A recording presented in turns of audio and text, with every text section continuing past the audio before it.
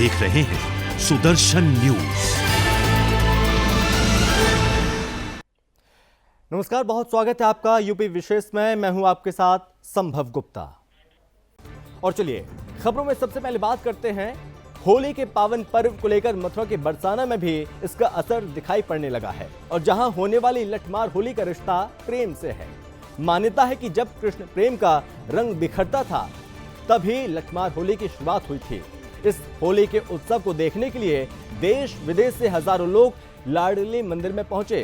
वहीं श्रद्धालु और विदेशी भी होली के गीतों पर खुद थिरकने से खुद को रोक नहीं पाए। बरसाने की लठमार होली शुक्ल पक्ष की नवमी तिथि को मनाई जाती है। इस दिन नंदगांव के ग्वाल बाल होली खेलने के लिए राधा रानी के गांव बरसाने जाते हैं और फिर अगले ही दिन बरसाने गांव के लोग नंदगांव जाते हैं। दरअसल चटक रंग का लहंगा ओढ़नी पहनकर 16 श्रृंगार करके लंबा घूंघट काढ़े हुरियारों को हुरियारे ने ठटेली शुरू किया तो हुरियारों ने लाठियों की बरसात शुरू कर दी और फिर हंसी ठिठोली के बीच शुरू हो गई बरसाना की विश्व प्रसिद्ध होली। देश विदेश से आए राधा कृष्ण के भक्तों ने एक दूसरे पर लड्डू और अबीर गुलाल उड़ाए और साथ ही मनमोहक होली उत्सव मनाया। ये तस्वीर आप देख सकते हैं, ये मनमोहक तस्वीरें मथुरा उत्तर प्रदेश की, जहां पर किस तरह से होली के पर्व की शुरुआत बहुत पहले से हो जाती है और ये तस्वीरों में साफ तौर पर समझा जा सकता है कि बरसाने की होली, मथुरा की होली पूरे विश्व में प्रसिद्ध है।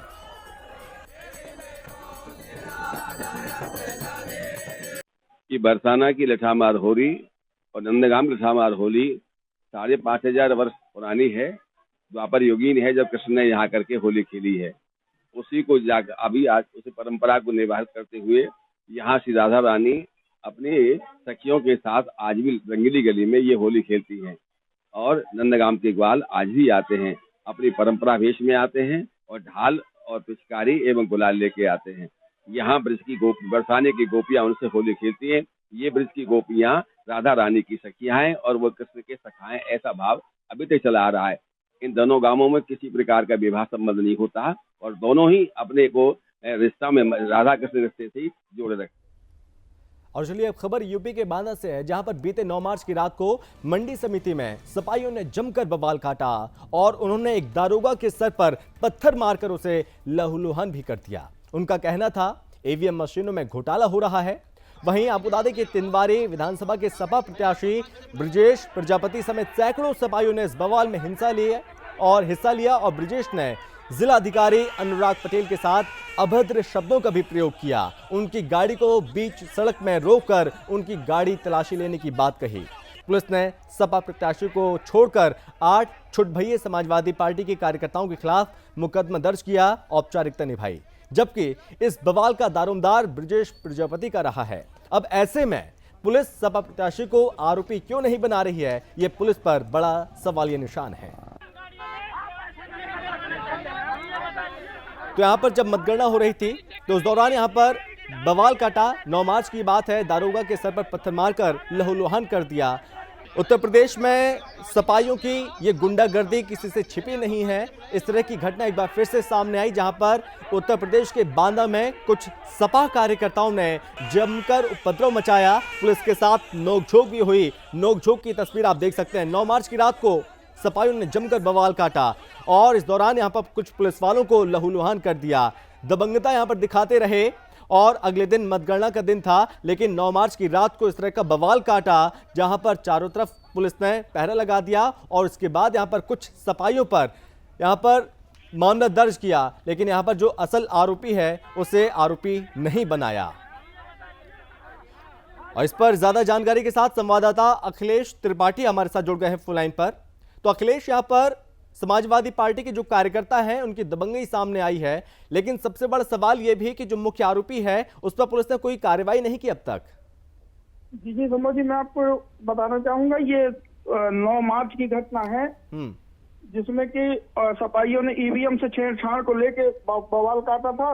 उसी दौरान बलवे के दौरान एक दरोगा का सर भी टूटा था। लेकिन यहाँ पे पुलिस की कार्यशैली पर सवाल उठता है, जहाँ पे तिनवारी से सपा प्रत्याशी ब्रजेश प्रजापति के द्वारा ये पूरा दारोमदार उठाया गया था और उन्हीं के द्वारा ये बलवा कटवाया गया था। लेकिन चूंकि जब इसमें मामला दर्ज किया गया तो 8 छुटभैया नेताओं पर मामला दर्ज करके और पुलिस ने अपनी कार्यप्रणाली को पूरा कर लिया, लेकिन ब्रजेश प्रजापति के ऊपर आज भी कोई कार्रवाई नहीं हुई। जी, और अखिलेश, इन तस्वीरों को देखकर ये लग सकता है कि साफ तौर पर समझ में आ सकता है कि मतगणना से पहले यहाँ पर हिंसा फैलाने की कोशिश की जा रही थी, जिस तरह की हरकत यहाँ पर की है कुछ सिपाहियों ने। जी बिल्कुल, ये शाम से ही शुरू हो गया था ये इनका बलवा यहाँ पे करना। कई अधिकारियों की गाड़ियां चेक की गई। हाँ। अंत में जब जिला निर्वाचन अधिकारी अनुराग पटेल मौके पे पहुंचे तो सपा प्रत्याशी ब्रजेश प्रजापति ने उनको भी नहीं बख्शा और उनकी गाड़ी की भी जबरन खिड़की खोल के और उनसे तलाशी देने के लिए कहने लगी। जी, और अखिलेश, यहीं पे मैं आपको बता दूं, पूर्व में विधायक ब्रजेश प्रजापति का ये पहला मामला नहीं है अधिकारियों से बदतमीजी करने का। चाहे वो एसी जल निगम रहे हों या यहाँ पे मौजूदा समय में वो शैलेंद्र सिंह खनिज अधिकारी रहे हों, इनके ऊपर मामला दर्ज है पूर्व से भी, लेकिन सत्ता में चूंकि विधायक रहते हैं इनके ऊपर कार्रवाई आज तक नहीं हुई। चलिए अखिलेश, बहुत शुक्रिया आपका, ज्यादा जानकारी के लिए बहुत शुक्रिया। तो दारोगा के सर पर यहाँ पर पत्थर मारा, लहूलुहान कर दिया, लेकिन सबसे बड़ा सवाल यह है कि कुछ लोगों पर कार्रवाई हुई, लेकिन जो असल आरोपी है उस पर यहाँ पर कोई मामला दर्ज नहीं हुआ। चलिए बढ़ते आगे। उत्तर प्रदेश के बरेली में 6 वर्षीय मासूम बच्ची के साथ दुष्कर्म का एक मामला सामने आया और पुलिस ने गांव के ही मुस्लिम युवक के खिलाफ मुकदमा दर्ज कर लिया। मासूम बच्ची को मेडिकल परीक्षण के लिए महिला अस्पताल भेज दिया गया है। इस मामले में एसपी संसार सिंह ने बताया कि देर रात हाफिजगंज थाने में पहुंचकर परिजनों ने बताया कि उसकी 6 वर्षीय मासूम बच्ची के साथ पड़ोसी मुस्लिम युवक ने दुष्कर्म की वारदात को अंजाम दिया। परिजनों का कहना है कि उसकी 6 वर्षीय बेटी घर के बाहर खेल रही थी और तभी पड़ोसी युवक ने टॉफी दिलाने का बहाना किया, उसे बाहर गन्ने के खेत में उठाकर अपने साथ ले गया और दुष्कर्म की वारदात को अंजाम दिया। इस घटना के बाद से आरोपी फरार है। दरअसल मुस्लिम समुदाय के युवक द्वारा किए गए दुराचार को लेकर अब लोगों का गुस्सा थमने का नाम नहीं ले रहा है। वहीं हिंदू जागरण मंच के जिलाध्यक्ष अरुण कुमार फौजी ने इस मामले को गंभीरता से उठाते हुए जिला प्रशासन से बच्चे के साथ हुए दुराचार के मामले में उसे पूरा न्याय दिलाने और दोषियों को फांसी दिलाने की मांग की है। तो योगी लोग अपने हाथ में ले लेंगे, हम लंगोट पहन के चिमटा लेके ना नाचे, सरकार समझ जाए। अगर योगी जी की सरकार में योगियों की नहीं सुनी जाएगी तो कब सुनी जाएगी? जी बिल्कुल, देखिए हम नहीं चाहते कि वैदिक न्याय हो। अगर वैदिक न्याय में आ गए तो उसकी व्यवस्था आपको पता है कि क्या होना चाहिए। हम वर्तमान प्रशासन पे विश्वास रखते हैं, कार्य संतोषजनक होना चाहिए, अन्यथा परिणाम भुगतने के लिए हमारी सरकार तैयार रहे। ये तो सर मुझे भी पूरी जानकारी नहीं है क्योंकि मैं अपने मैके में थी। मेरी सास ने मेरे बच्चों को अपने पास रख रखा है। वो मुझे मतलब मेरे से दूर करती है मेरे बच्चों को। अब पता नहीं, मेरे पास तो फोन आया था तो मैं आई हूँ।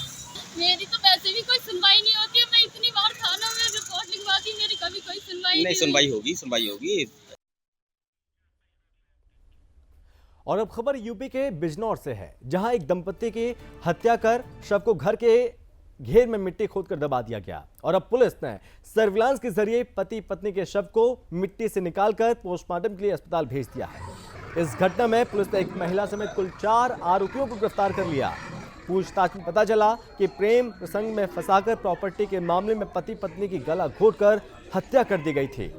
दरअसल शहर के शिवलो कॉलोनी के रहने वाले राजेश अग्रवाल और उनकी पत्नी बबीता की लाश गांव हमीदपुर में रहने वाली एक महिला के घर के पीछे मिट्टी में दबी मिली है। लाश मिलने के बाद पुलिस ने इस घटना में महिला, उसके बेटे तुषार समेत 4 को हिरासत में लिया और इस घटना को लेकर एसपी डॉक्टर धर्मवीर ने बताया, राजेश अग्रवाल का महिला के साथ प्रेम प्रसंग था। प्रॉपर्टी के लालच को लेकर आरोपी महिला ने हत्या की साजिश रची थी। फिलहाल पुलिस ने मामला दर्ज किया और आगे की कार्रवाई शुरू कर दी है।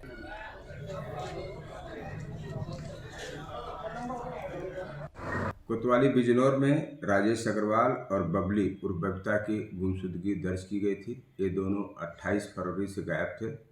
बबली और बबीता के भाई द्वारा गुमशुदगी दर्ज कराई गई थी।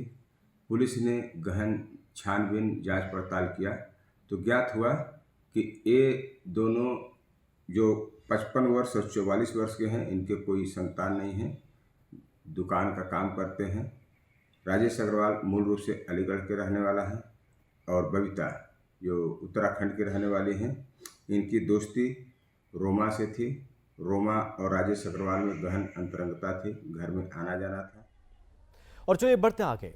खबर बुलंदशहर से है, जहां गुड़ व्यापारी को अज्ञात बाइक सवार बदमाशों ने गोली मार दी। आपको बता दें कि गुड़ व्यापारी प्रदीप अग्रवाल को हायर सेंटर रेफर कर दिया गया है और उनकी हालत नाजुक बताई जा रही है। वहीं बाइक सवार बदमाश गोली मारकर फरार हो गए और साथ ही रुपयों से भरा थैला लूटकर भाग निकले।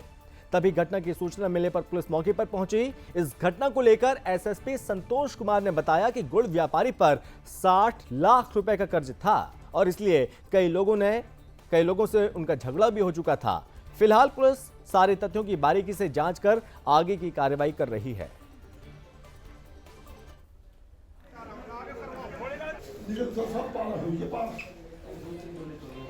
ये आज सुबह लगभग 9:30 बजे के आसपास सयाना के एक गुड़ के आढ़ती हैं प्रदीप अग्रवाल और इनकी उम्र लगभग 60 वर्ष के आसपास है। बाइक से अपने घर से बम्बई के रास्ते से नवीन मंडी जा रहे थे कि रास्ते में अज्ञात अभियुक्तों के द्वारा इन पर फायरिंग की गई है, जिसमें घायल हो गए थे और इलाज के लिए मेरठ ले जाते समय इनकी मृत्यु हो गई है। परिवारीजनों द्वारा बताया जा रहा है कि इनके पास 4 लाख रुपए कैश था और एक चीज़ और उल्लेखनीय है कि ये लगभग 50-60 लाख रुपए के कर्जदार थे। तो कई बार कई लोगों से जिनसे इनकी देनदारी का विवाद था, वो विवाद चल रहा था और कुछ मारपीट घटनाएं भी हुई थी। और अब खबर यूपी के फिरोजाबाद से है, जहां पर आगामी त्योहार होली को ध्यान में रखते हुए शराब की तस्करी करने वाले अपराधियों के खिलाफ अभियान चलाया जा रहा है। इसी कड़ी में रामगढ़ थाना पुलिस ने मुखबिर की सूचना पर कार्रवाई करते हुए एक शराब तस्कर को गिरफ्तार किया और वहीं ट्रक से 2400 लीटर शराब बरामद हुई है, जिसकी कीमत तकरीबन 15 लाख रुपए बताई जा रही है। वहीं 2 आरोपी फरार हो गए हैं। इस मामले में एसपी सिटी ने बताया कि कल रात को मुखबिर द्वारा सूचना मिली कि शहर के बाहर से गुजर रहे नेशनल हाईवे से एक ट्रक गुजरने वाला है, जिसमें हरियाणा की शराब है। वहीं पुलिस टीम ने वाहनों की चेकिंग शुरू कर दी और इस दौरान एक ट्रक को पुलिस ने रोक लिया। पुलिस फोर्स को देखकर ट्रक में सवार 2 आरोपी मौके से भाग निकले, जबकि एक आरोपी को पुलिस ने गिरफ्तार कर लिया। फिलहाल पुलिस ने मामला दर्ज किया, जांच शुरू कर दी है और 2 आरोपियों की छानबीन जारी है। देखिए, थानाध्यक्ष रामगढ़ हरविंद मिश्र ने एक बड़ी अच्छी कार्रवाई की है, जिसमें इन्होंने हरियाणा मार्ग का अवैध अंग्रेजी शराब बरामद की है, जो कि 4280 विभिन्न मापों एवं विभिन्न ब्रांड की ये बोतलें हैं, जिसमें ये पैक है और कुल 2400 लीटर शराब है ये। इस प्रकार इसमें एक अभियुक्त जो पकड़ा गया उसका नाम है गंभीर सिंह, जो कि छर्रा थाना क्षेत्र अलीगढ़ का रहने वाला है। इसमें 2 अन्य अभियुक्त गण हैं जो प्रकाश में आए। एक मौके से भागा हुआ अभियुक्त गण है जिसका नाम कौशल कुमार है, तथा एक सतवीर है जो इसका सहयोगी है और जहां से ये माल लेके आया है। ये माल हरियाणा से लोड हुआ था और ये गोपालगंज जा रहा था, बिहार। और अब खबर सीतापुर से है, जहां पर ग्राम काशीपुर के समीप रोडवेज बस के द्वारा एक दुर्घटना हो गई, जिससे एक लड़के की दर्दनाक मौत हो गई है। घटना से नाराज परिजनों ने रोड को जाम कर दिया। इस हादसे से गुस्साए लोगों ने सड़क पर शव रखकर जाम किया। नाराज लोग मामले में तत्काल मुआवजा और चालक को सामने लाने की मांग कर रहे थे। हंगामा की सूचना पाकर मौके पर पहुंचे पुलिस और प्रशासनिक अफसरों ने लोगों को आश्वासन देकर शांत कराया और करीब 2 घंटे तक जाम लगने से अफरा तफरी मची रही। फिलहाल पुलिस पूरे मामले की जांच कर रही है।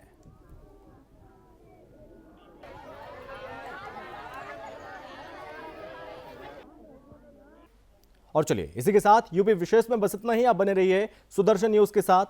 जय हिंद।